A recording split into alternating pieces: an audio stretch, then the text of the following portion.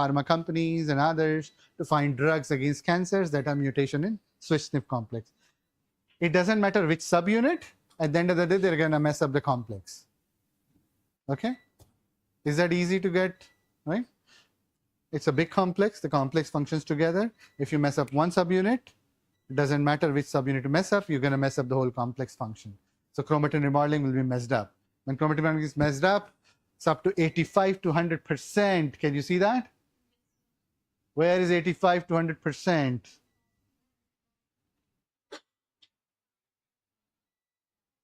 Rhabdoid tumor, I told you guys earlier, rhabdoid tumor single-handedly is caused by SMARCB1. Okay? Single-handedly. One gene mutation causing rhabdoid tumor. Easy to solve, right? Other cancers have lots and lots of mutations. Small cell carcinoma of ovary. Again, very high number of mutations in SMARCA4. Okay? SMARCA4 is mutated heavily across, as you would see. Head and neck squamous cell carcinoma. The most cancers in India are head and neck cancers. Right? You guys know that. Oral cancers.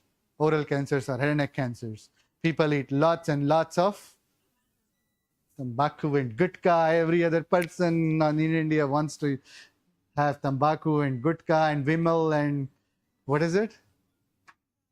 What is it called? All kinds of gutka. And Ajay Devgan and Shah Rukh Khan and everybody says, go buy this, guys. Right? Head and neck cancer, guys, head and neck cancer. I told you earlier, that's for us to solve. America is not going to solve it, right? Oral cancers, their mouths don't open. Anyways, they have really messed up biology. Head and neck cancers. Anyways, I was just kidding. I mean, not kidding, but important point. Many of these cancers are really aggressive cancers, as I'm sure you know. I work on melanoma. People die within a year, right? Pancreatic neuroendocrine tumor, 6 months, a year, right? A year.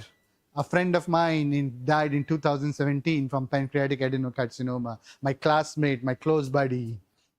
It was painful. Pancreatic adenocarcinoma, same, right? Same cancer, ductal adenocarcinoma here. We have nothing we can do about these patients. Dismal survival, okay? All right. I mean, I can talk about cancer forever, right? I mean, I do this all day.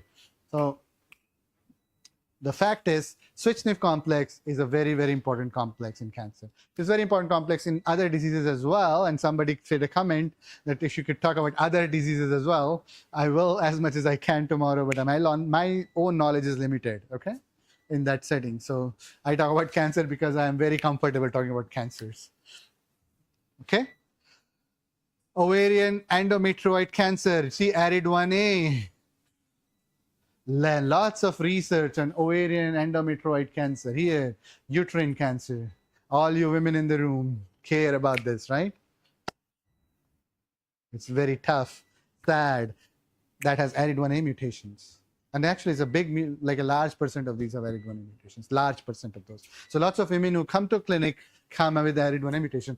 The unfortunate part is we don't even get to know which mutation who has, at least in countries like India. The test costs 39,000 rupees, and only there are 3 or 4 companies in whole of India for billions of people who do these genetic tests to figure out which mutations occur. There is no standardized process because I know this for my father. I said, I want to get this test done. And I asked the person to come and collect the sample and send it. And I paid it out of my pocket because I can. But how many people can just pay 39,000 rupees just like that? A lot of people can. Now, India has a lot of rich people, but a lot of people cannot, right? We know this. So these business idea, right? Open multiple companies. I spent 15 days with my father in Balco Cancer Hospital.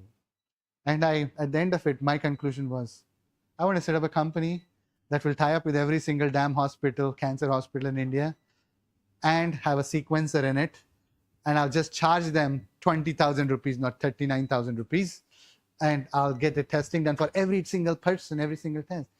Most of these people don't even know that you can do this. And if you knew, you could do so much more for those people, because there are therapies now. All these pharma companies putting billions of dollars in it actually have designed therapies that are given to American patients all the time, European patients all the time, Australian patients all the time, Japanese patients all the time, Chinese patients all the time, but we don't get it in India all the time. Okay, unfortunate truth. This was my conclusion, and I'm not kidding. This was my conclusion. I was like, I'll go back and set up a company in India which does this. Simple. You can do it. There'll be people who'll finance it, because there'll be 5,000 rupees of profit loss margin, and I'm sure you can do it. Every hospital has a room. A sequencer is this big. We can set up a sequencer. I can have a person. The person will be paid 20,000 rupees. He'll have a job. He'll run the sequencer, or pay 1 lakh rupees, whatever. It doesn't matter. If the volume increases, I can do that. I'm telling you my business in 15 minutes. I was like, okay, why didn't we done that? Why have we not done this? I had to send the test. ASIC took 3 days. My father's life was 51 days after diagnosis. 3 out of 51 is what percent? See? What percent of life I wasted on getting a test done? It took 10 days for those 10 days. Right? Because I was waiting for the test to give him the treatment. Get it? If I had the test result in 2 days, I would have started the treatment 3rd day, and that might have helped. Because 10 out of 51 days is 20%. It is life gone. The cancer has progressed a lot more in 10 days. And I'm talking about my father. It's not emotional. It's everybody's case, right? My father is just an example. I mean, he had lived 76 years. I tell myself it's okay. He had his life.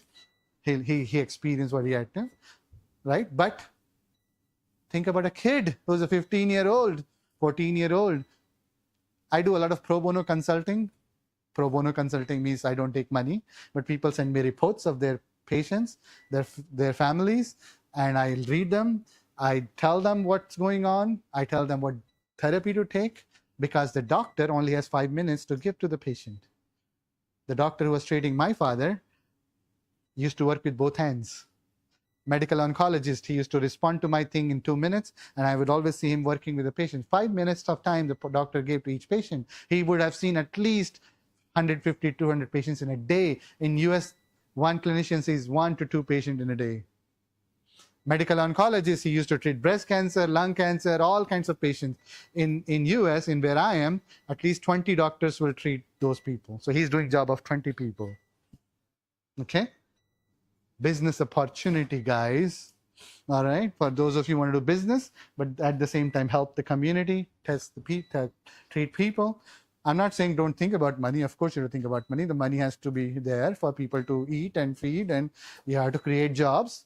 But it's equally important to make it at an affordable price and help people out, right? So I'm just saying that, I'm sorry, I get into these weird thoughts, but it's important for you guys to know this is ground reality. And I'm talking about 2 months ago. My father passed on May 19th, right?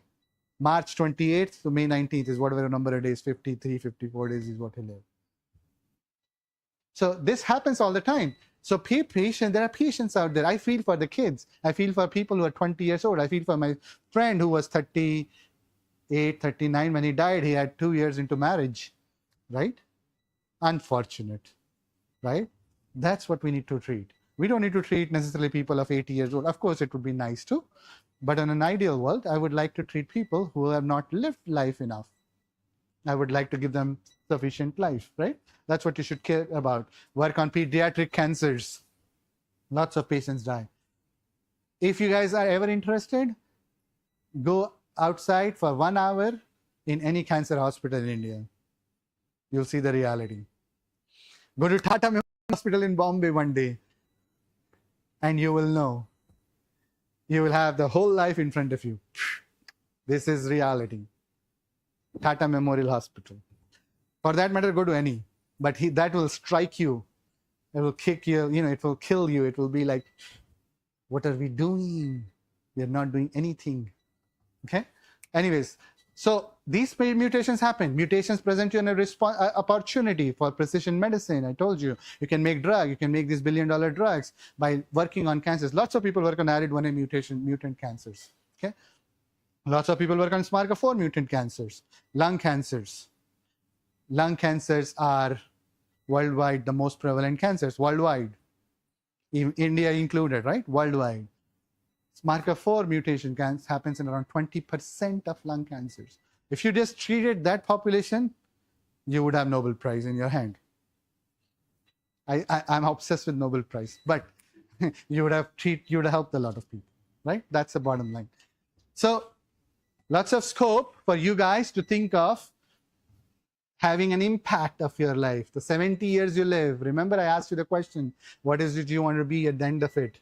70 years of your life spent on solving a disease, right? Or a small percent of this would be very, very good.